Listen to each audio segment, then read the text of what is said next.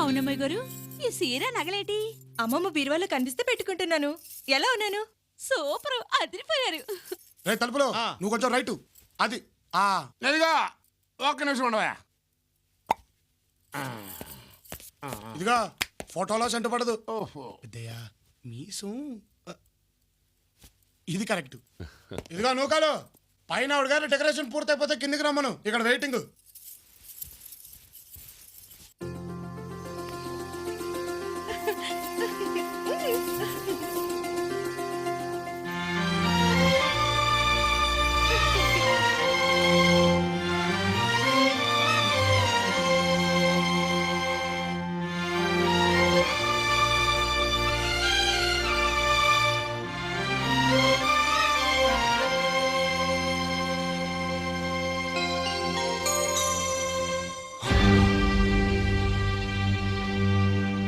ఎలా ఉన్నాను తాతయ్య? ఎవరు పెట్టుకోమన్నారు నిన్ను ఈ నగలు?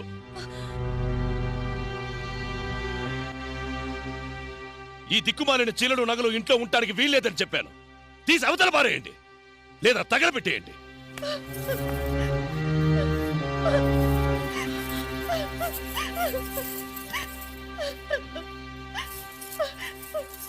కస్తూరి, అమ్మ కస్తూరి, నేనేం తప్పు చేశాను? తాతయ్య ఎందుకలా కోపడాలి? ఈ బట్టలు, ఈ నగలు మీ పెద్దమ్మమ్మ. పెద్దమ్మ అంటే అమ్మ కాకుండా నీకు ఇంకో కూతురుందా? ఉందమ్మా. ఎక్కడుంది? మా కళ్ళకు దూరంగా, కన్నీళ్లకు దగ్గరగా. అదంటే మీ తాతయ్యకు ప్రాణం. ఎప్పుడూ దాన్ని చూసుకునే మురిసిపోయేవారు. గొప్ప సంబంధం చూసి పెళ్లేర్పాటు చేశారు. ఆ సంబంధం కాదని తను ప్రేమించిన కేరళ కుర్రాడితో లేచిపోతుంటే ఆపడానికి ఇద్దరం అక్కడికి వెళ్ళాం.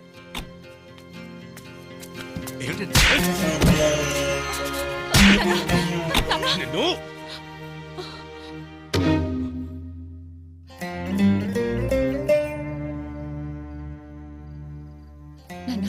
నన్ను క్షమించండి నాన్న. జరిగిందేదో జరిగిపోయింది, పదండి ఇంటికి వెళ్దాం. ఎవరింటికి? సంస్కారం లేని మూర్ఖుడింటికా?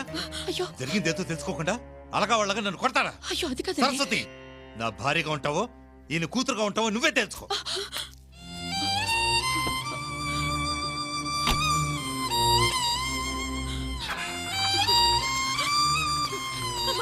సరస్వతి,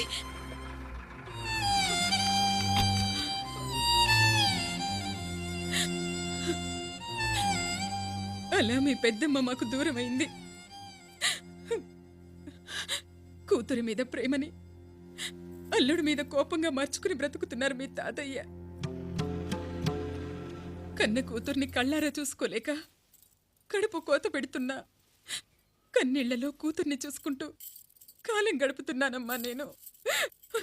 ఇప్పుడు వాళ్ళు ఎక్కడుంటున్నారు? ఇక్కడి నుంచి కేరళ వెళ్ళిపోయారు.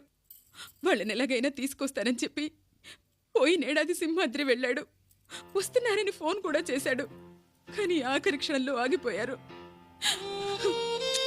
ఏంటి పెద్దమ్మా ఇది? వాళ్ళేమన్నా నాలాగా పనిపాట లేనోళ్ళు అనుకున్నావా? పెద్ద డాక్టర్లు అర్జెంటుగా అమెరికా వెళ్ళాల్సి వచ్చింది, వెళ్ళారు. చూస్తుండు, ఎప్పుడో ఒకప్పుడు చెప్ప పెట్టకుండా టక్కున వచ్చేస్తారు. వచ్చేస్తారంట సింహాద్రి? నిజంగా వస్తారా? నా మీదొట్టు. సింహాద్రి చెప్తే తిరుగుండదమ్మా. డెఫినెట్ గా వస్తారు. వెళ్దాం పదా.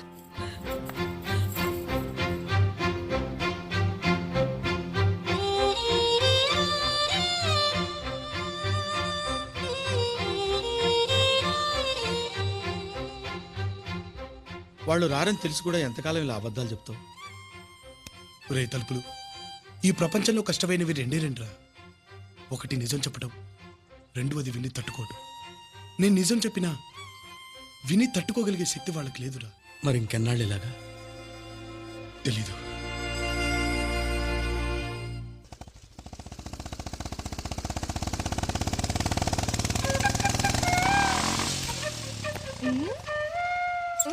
అమ్మమ్మ చీమ కుట్టిందా?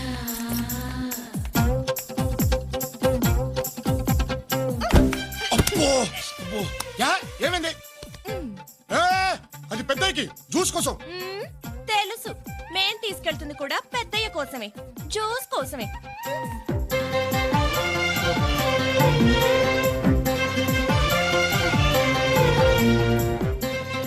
మనిషిలోనే కాదు తిప్పుల్లోనూ తేడా వచ్చింది.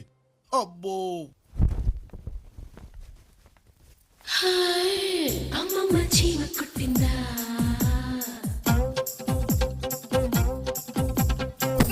అబ్బో యా ఏంటిది అస్తమానం వచ్చి గుద్దేస్తాను ఏంటి కదా. నీకు తెలిసిన కదే, నా బంగారు పుట్టలో వేలు పెడితే కుట్టనా అందట చీమ. ఏమీ అర్థం కాలేదు. కానీ ఒకటి చాలా ముదిరిపోయింది చెప్తా.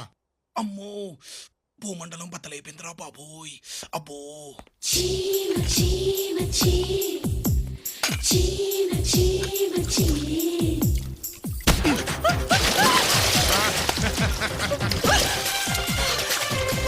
ఫోన్లే కదా నూరుకుంటే నిన్నటి నుంచి ఓ గుద్దేస్తుంది. హలో బ్యాక్ నుంచి ప్లాన్ చేసి మనం ఎవరైనా పీకలేరమ్మా.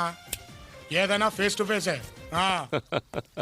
రే ఏంట్రా ఈ గొడవ? లేకపోతే చూడు పెద్దయ్య, నిన్నటి నుంచి వెనకాల తట్టడం, నా పనుల్లో ఎంటర్ అయిపోవడం. అందుకే ఒక్కటిచ్చా. నీ పనులన్నీ నేను చేద్దాం అనుకోవడం తప్పు తాతయ్య. తనేవాడు పెద్ద కూడింగా. అక్కడే మరి నాకు రగులుద్ది. పెద్దయ్య పనుల్లో ఎవరు ఎంటర్ అయినా మేము ఒప్పుకోం. అది సింహాద్రి సొంతం, సింహాద్రి హక్కు, సింహాద్రి జాబ్. రే రే సింహాద్రి పోన్లేరా, ఈ ఒక్కరోజు తను చేయని.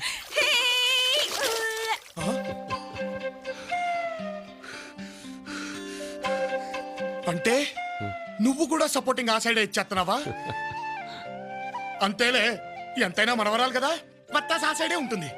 చేయించుకో, ఆవిడ చేస్తే చేయించుకో. మేమెందుకు ఇక్కడ దండగా. రే రే రే రే రే ఏంట్రా అలాకే? ఇంచుమించు అలాంటిదే.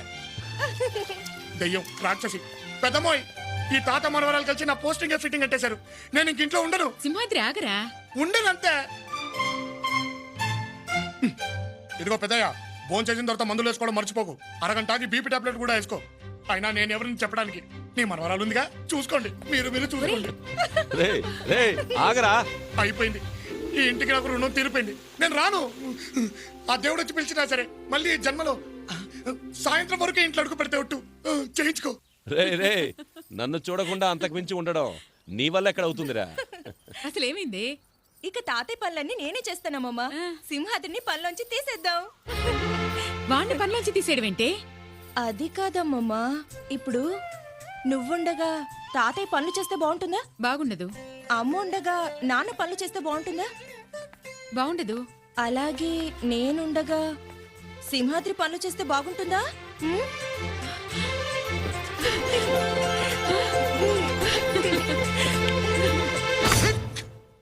నేను ఈ పెళ్లికి ఒప్పుకోను. మరి ఆ సింహాద్రి గారికి ఏముంది? మీ ఆస్తిలో వాటా ఉందా? మీ ఇంటి పేరుందా? మీ వీరునామాలో షేరుందా? ఏం మాట్లాడవే? మావయ్య. వద్దు మాట్లాడకు, నేనే మాట్లాడుకుంటాను.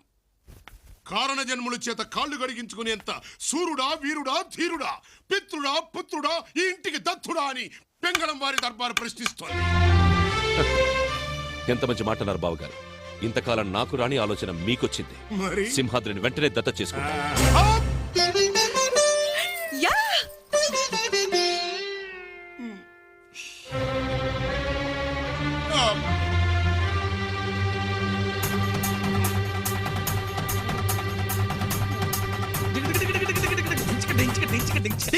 ఏంటి పెద్దయ్య, ఇప్పుడు ఈ దత్తతంత అవసరమా? ఇన్నాళ్ళు లేని ఇప్పుడు ఎందుకు? ఇంకో 4 రోజుల్లో గోదావరి పుష్కరాలున్నాయి. అక్కడికి నా కొడుకుతో వెళ్లాలని ఉందిరా. అందుకు ఇంత తంత అవసరమా? అనవసరంగా 10 మంది 10 రకాలుగా అనుకోవడం తప్పితే. అదే ఆ నోళ్లు మూయించడానికే చేస్తున్నాను. ఏమో పెద్దయ్య, నువ్వెన్నా చెప్పు, నాకు మాత్రం ఇష్టం లేదు. పోన్లేరా, నీకంత ఇష్టం లేకపోతే వదిలే. అది నీ మనసులో లేనప్పుడు బలవంతం చేసి ప్రయోజనం ఏమిటి? నేను పోయాక నీ చేత తలకొరివి పెట్టించుకోవడానికి ఏ సిద్ధాంతాలు రాద్ధాంతాలు అడ్డు రాకూడదని ఈ ఏర్పాటు చేశాను. ఇప్పుడు అలాంటి మాటలన్నీ ఎందుకులే పెద్దయ్య, నీ ఇష్ట ప్రకారమే కానివ్వు. కానీ ఒకటి, నేను నీకు చేసే పనుల్ని, నీ దగ్గర నాకున్న చనువుని మాత్రం ఎవరికి ఇచ్చేకు పెద్దయ్య.